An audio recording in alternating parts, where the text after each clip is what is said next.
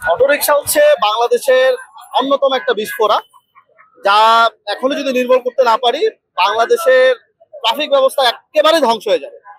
Main রোডে যেন অবশ্যই এটাকে না রাখা হয়, কারণ মেইন রোডে যদি তারা এই অটো রিক্সাটা চালায় তাহলে অবশ্যই এখানে প্রাণ যাওয়ার সম্ভাবনাটাই বেশি। বিকল্প বাহন আমাদের সিএনজি আছে। আমরা কোনো অটোরিকশাকে কোনো নীতিমালার আওতায়ও আনতে চাই না, আমরা ডিরেক্ট এটাকে নিষিদ্ধ চাই। আসলে এই প্রাণ কেড়ে নেওয়ার জন্যই আমরা আসলে আজকে মানববন্ধনটা করছি, যে এটা যেন মেইন রোডে যেন অবশ্যই এটাকে না রাখা হয়, কারণ মেইন রোডে যদি তারা এই অটো রিক্সাটা চালায় তাহলে অবশ্যই এখানে প্রাণ যাওয়ার সম্ভাবনাটাই বেশি। কারণ আপনার তাদের নিয়ন্ত্রণ বা তাদের মানে গতি আমাদের অন্যান্য গাড়ির সাথে পেরে উঠবে না। তাদের নিয়ন্ত্রণে কোনো এবিএস সিস্টেম নাই বা আপনার গতির মানে গতির ওইরকম গতিও নাই, যার কারণে তারা পেরে উঠবে না, যে কোনো সময় একটা অ্যাক্সিডেন্ট হতে পারে। তাই আমরা চাই যে তারা মেইন রোডে না চলুক, আর এটা যদি বন্ধ করা হয় অবশ্যই আমার কাছে আমার সরকারের কাছে রিকোয়েস্ট থাকবে তাদেরকে যেন পুনর্বাসিত করা হয়। কারণ পুনর্বাসিত না করলে তারা কিভাবে চলবে, তাদেরও তো সংসার চালাতে হবে। আমরা তো তাদের মানে বিরুদ্ধে না, তারা মানুষ আমরাও মানুষ। আমরা চাই যে তারা পুনর্বাসিত করা হোক, তারা সুন্দরভাবে তাদের সংসারটা চালাক। অটোরিকশা হচ্ছে বাংলাদেশের অন্যতম একটা বিস্ফোরা, যা এখনো যদি নির্মূল করতে না পারি বাংলাদেশের ট্রাফিক ব্যবস্থা একেবারে ধ্বংস হয়ে যাবে। ইতিমধ্যেই আমরা আমাদের ঢাকার স্পিড কমে চলে এসছে 10 থেকে 15 কিলোমিটার। যদি আরো এরকম করে চলতে দেই মানে তাহলে অঙ্গে অঙ্গে ব্যথা হয়ে যাবে। তখন আর সিটিতে আমাদের চলার জায়গা থাকবে না, তখন পার্সোনাল গাড়িও ব্যবহার না করে আমাদের হেঁটে হেঁটে চলতে হবে। তো অটো নিয়ে আমরা এই জন্যই ব্যাটারি চালিত অবৈধ রিক্সা নিয়ে এই জন্য এখানে এসেছি। আমরা চাই অটো চিরতরে নির্মূল হয়ে যায়। অটো এই নিয়ে সরকার পদক্ষেপ গ্রহণ করে। আমাদের দাবি দেওয়া একটাই, অটো বন্ধ চাই, বিস্ফোরা বন্ধ চাই। আর সবচেয়ে বড় দাবি হচ্ছে এই অটোর যে বিভিন্ন পার্টস পাতি যেগুলা বিভিন্ন নামে বাংলাদেশে আমদানি হয় তা বন্ধে সরকার তার উদ্যোগ গ্রহণ করুক। আর এগুলা যেহেতু অবৈজ্ঞানিক একটি যানবাহন, যার কোনো আগাও নাই গোড়াও নাই, তা বন্ধ হয়ে যায়। আইনগতভাবে যে ব্যবস্থা নিয়েছে তা আমরা ইতিমধ্যেই শুনেছি, অবগত, বাট এটা সীমিত পরিসরে করার প্ল্যান রয়েছে, বাস্তবায়ন হয়নি। তবে আমার মনে হয় অঙ্গে অঙ্গে যদি ব্যথা থাকে এই ব্যথা চিরতরে রিমুভ করে দেওয়া উচিত। আপনি যখনই এটার বৈধতা দিতে যাবেন তখনই একজন করলে আরেকজন হবে, আরেকজন করলে আরেকজন হবে।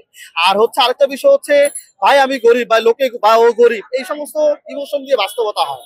এই সমস্ত বিষয়গুলো যার সাথে ঘটে সেই বুঝে যে গরিবই কি আর বাস্তবতা কি। ধন্যবাদ। মূলত আমাদের মহাসড়কে চলতে আমরা যারা হচ্ছে একটা বাইকের ন্যূনতম দামও কিন্তু 50,000 টাকার একটা বাইক পাওয়া যায়। যারা পাঠাও রাইড করতেছে তাদের প্রতি অনেক সম্মান, তারা লাইসেন্স নিয়ে লেন মেনটেন করে চালাইতেছে।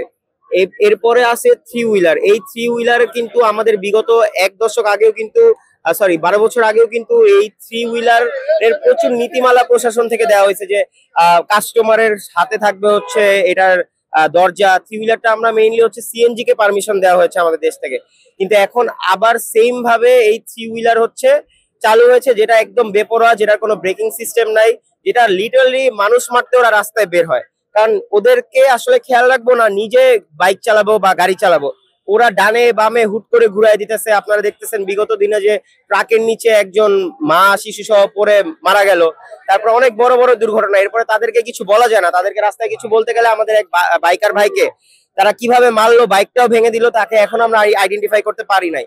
সেই সাথে একটা ফরেনারকেও তারা মারলো, কারণ সেই ফরেনার প্যাডেল রিক্সায় চলতেছিল।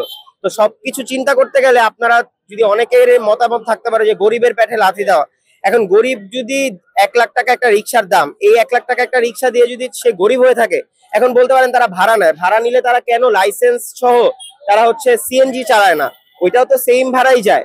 তারা অবশ্যই থ্রি হুইলার হিসাবে বাংলাদেশে যেটা পরিচিত তারা হচ্ছে সিএনজি চালাইতে পারে, কিন্তু তারা যেটা চালাইতেছে এটা আমাদের দেশের জন্য আমরা নিরাপদ না, আমরা পুরা অনিরাপদে ভুগতেছি এবং রাস্তাঘাটে আমাদের হেনস্থার শিকার হইতে হইতেছে। না না না, আমি মনে করি যে এই থ্রি হুইলারটাকে কোনো নীতিমালার পর্যায়ে এটা পড়েই না।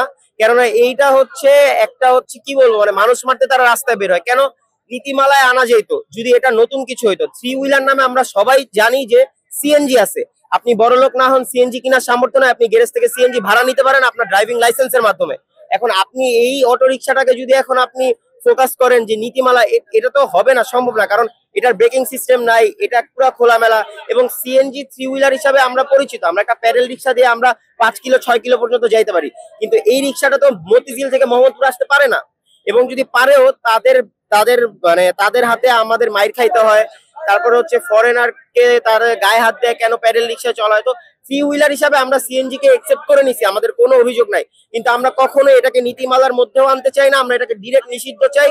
এবং প্রত্যেকটা গ্যারেজে গ্যারেজে মাত্র দেখলেন যে অটো রিক্সা সমিতি, অটো না ম্যানুয়াল রিক্সার ওরা হচ্ছে মানববন্ধন করতেছিল। ওরা কেন করতেছিল? কারণ সিন্ডিকেটের শিকার ওরা, এলাকা ভিত্তিক গ্যারেজ গুলাতে অটো রিক্সা মানে করে দিতে হইতেছে, বাধ্য হয়েও ম্যানুয়াল রিক্সা পাওয়া যেতেছে না, সবাই বাধ্য হয়ে অটো রিক্সা চালাইতেছে। তো আমরা এটাকে ডিরেক্ট নিষিদ্ধ চাই, ম্যাজিস্ট্রেটের মাধ্যমে হোক বা যেই মাধ্যমে হোক এই অটো রিক্সাটাকে ডিরেক্ট ফ্যাক্টরি, যেহেতু লোকালি এটা হ্যান্ডেল করা পসিবল হইতেছে না, প্রচুর অটো রিক্সা হয়ে গেছে, প্রশাসন হ্যান্ডেল করতে পারতেছে না, কেউ হ্যান্ডেল করতে পারতেছে না। তাহলে এটা ম্যাজিস্ট্রেট যেভাবে আমাদের এবার আমরা ঈদের বাজারে দেখছি, যেভাবে আড়তে গেছে, যেভাবে গণপরিবহনদেরকে মামলার আওতায় আনছে, তারা সেভাবে গ্যারেজে রেট দেখ। আমাদের বিদ্যুৎ ক্ষেত্রে তারা হচ্ছে ব্যাঘাত ঘটাইতেছে, আমাদের বিদ্যুৎ জ্বালানি তারা ব্যাঘাত ঘটাইতেছে, তারা অবৈধভাবে চার্জ দিতেছে, এরকম প্রমাণও পাওয়া গেছে, আমরা নিউজে দেখতেছি। তাতে ওরা আগাগোড়া পুরাটাই ওরা অবৈধ, ওরা কিছু হইলে রাস্তায় নেমে ওরা বাইকারদেরকে হামলা করবে, ম্যানুয়াল রিক্সা যারা চালায় তাদেরকে হামলা করবে, এবং যে গ্যারেজ গুলাতে অটো রিক্সা নাই সেই গ্যারেজে সিন্ডিকেটের মাধ্যমে অটো রিক্সা দিয়ে দেওয়া হবে। তো ঠিক আছে, আপনি যদি গরিব হয়ে থাকেন, আপনি সিএনজি থ্রি হুইলার লাইসেন্স আছে, আপনি লাইসেন্স করে থ্রি হুইলার সিএনজি হিসাবে আপনি ইউজ করেন, আপনারা তো মানা করতেছে না। বিকল্প বাহন আমাদের সিএনজি আছে, আমরা কোনো অটো রিক্সাকে কোনো নীতিমালার আওতায়ও আনতে চাই না, আমরা ডিরেক্ট এটাকে নিষিদ্ধ চাই। দেশের পাশে